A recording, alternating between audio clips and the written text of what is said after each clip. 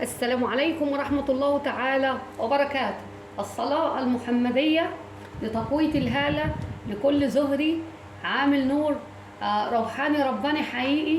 هتسمعي معايا أو تسمع هذه الصلوات المحمدية لحضرة رسول الله لتقوية الهالة لفتح بصيرة.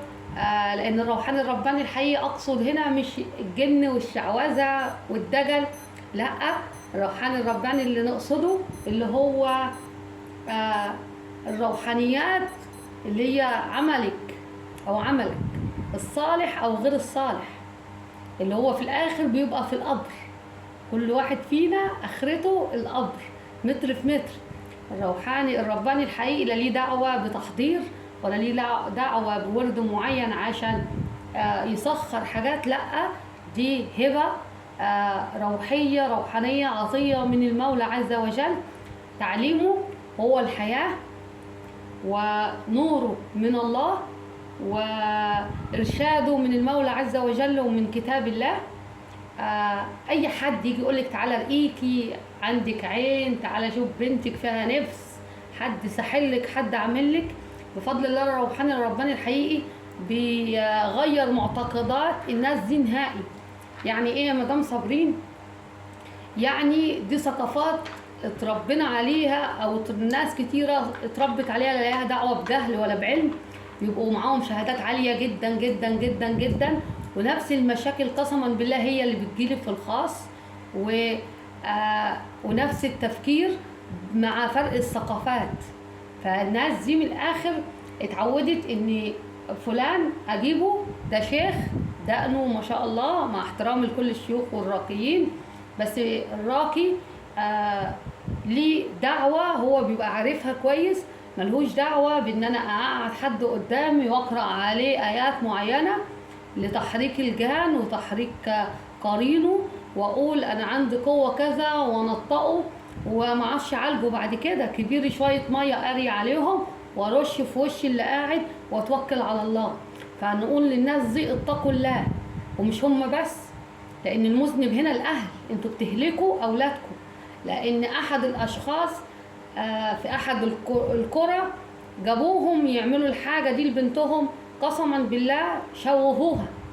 ليه؟ لان اللي حضروه طلع كمان ايه، حضر معاهم خادم لمكان في شارع اللي بعدهم، المكان ده فيه اثار، وما ادراك بقى ما الاثار. ففضلوا بنية ان هم بيعالجوا البنت ويدلوا على دماغها رصاص، ونزلت الكومنت ده قبل كده في القناة عندي، لاني شخصتها اول ما قالت الحالة، وعذبوها بنية ان هم عايزين يفتحوا الحاجة دي، مش بنية شفائها، لان الشافي هو الله. الروحاني الرباني الحقيقي لا يؤمن الا بالله وكتابه ورسله وانبيائه. عالم الدين مخصص للدين وتفاسير، وافقه وعالم اكتر مننا بكتير، لان هو دارس في الدين بفضل الله، وليه علمه ان هو معلم قرآن وتلاوة وحفظ وتجويد ورقية بكاسد بكده، وبتترفع في ميزان حسنات لهم. هم بطبيعتهم عمال نور، طبيعتهم ارشاد روحاني، بفضل الله ليهم اجرهم.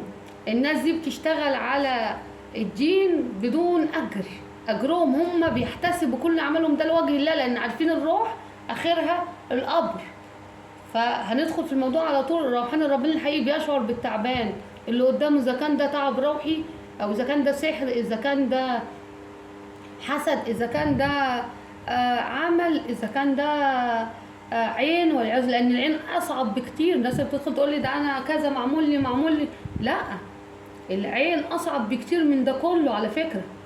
فاللي بيشعر كده بدون ما يحضر وبدون ما يقعد يقول لك انت اسمك واسم الاب واسم الام، هو الروحاني الرباني الحقيقي بيشعر بالروح التعبانه تعب روحي ام لا.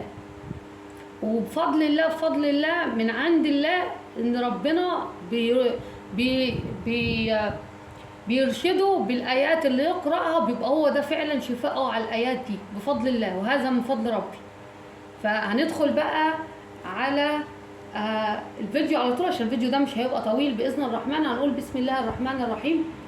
اللهم صل وسلم على سيدنا ومولانا محمدا شجرة الأصل النورانية ولمعة القبضة الرحمانية وأفضل الخليقة الإنسانية وأشرف الصور الجثمانية ومعدن الأسرار الربانية وخزائن العلوم الاصطفائية صاحب القبضة الأصلية والبهجة السنية والرتبة العليا من اندرجت النبيون تحت لواءه فهم منه وإليه وصل وسلم وبارك عليه وعلى آله وصحبه عدد ما خلقت ورزقت وأمت وأحييت إلى يوم تبعث من أفنيت وسلم تسليما كثيرا والحمد لله رب العالمين.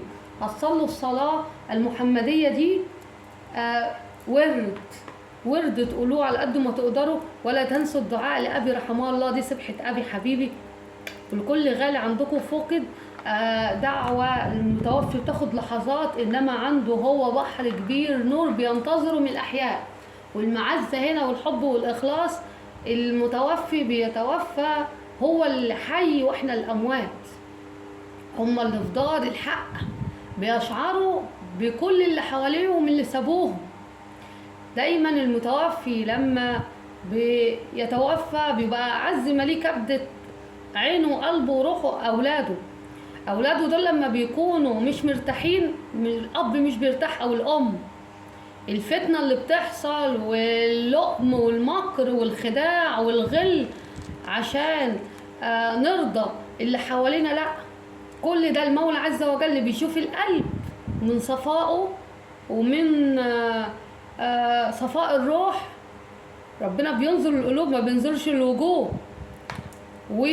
والمتوفي لما بيكون في دار الحق بيشعر بكل ما يحدث حواليكم، فنتقي الله في بعض، نستغفر، نفتكر زي ما بيقولوا عظم التربة ونحن ليه. ما نقولش ده توفى بقاله 10 سنين و20 سنة و30 سنة خلاص بقى اتنسى هو فين وانا فين، لا، العمر بيجري وهنروح له ومحدش قد عذاب القبر. ويا على لقى الحبيب لما بنلتقيه ولقى الأحبة واحنا راضيين حالنا وحال اللي حوالينا. سيبكوا بقى من عنطزة الأنا وعنطزة النفس وعنطزة اشمعنا وأنا عايزة أنط من المركب لوحدي بعيالي وأسيب الباقي. كل ده لا يعترف بيه، ده قطيعة رحم، عذاب للمتوفي. فنتقي الله، لأن من يتقي الله يجعل له مخرجا، آية صريحة كده. وأكتر حاجات لوقف الحال هي قطع الرحم. يعني دايما ندع كده الخلق للخالق، ما نقعدش نحكم عن الناس، نسيبها كده لله. وصدقوني اللي بيمكر ده بيقع هو في المكر ده، لأن محدش قد عذابه. ودعوة المظلوم بالذات بينها مفيش ما بينها وبين المولى عز وجل حجاب ولا واصي ولا شفيع، بتطلع كده للمولى. تخيلوا انتوا بقى. مش هقول اكتر من كده. لا تنسوا لايك، سبسكرايب، فعل الجرس ليصلك مني كل جديد، وعلامات الروحاني الرباني انتظروا مني، وموضوع سلسلة كبيرة. وبالنسبة لفيديو الطاروت وعامل النور، في عامل النور والطاروت والزهري، الطاروت عطية العالم الآخر، عامل النور والزهري وبذور النجوم عطية من عند الله، نوره المولى عز وجل وكتبه. الطاروت ليه تأثير سلبي على الأشخاص دي، طب والأشخاص العادية لو دخلوا للناس دي؟ انتظروا فيديو يشرح لكم الكلام ده. والسلام عليكم ورحمة الله تعالى وبركاته.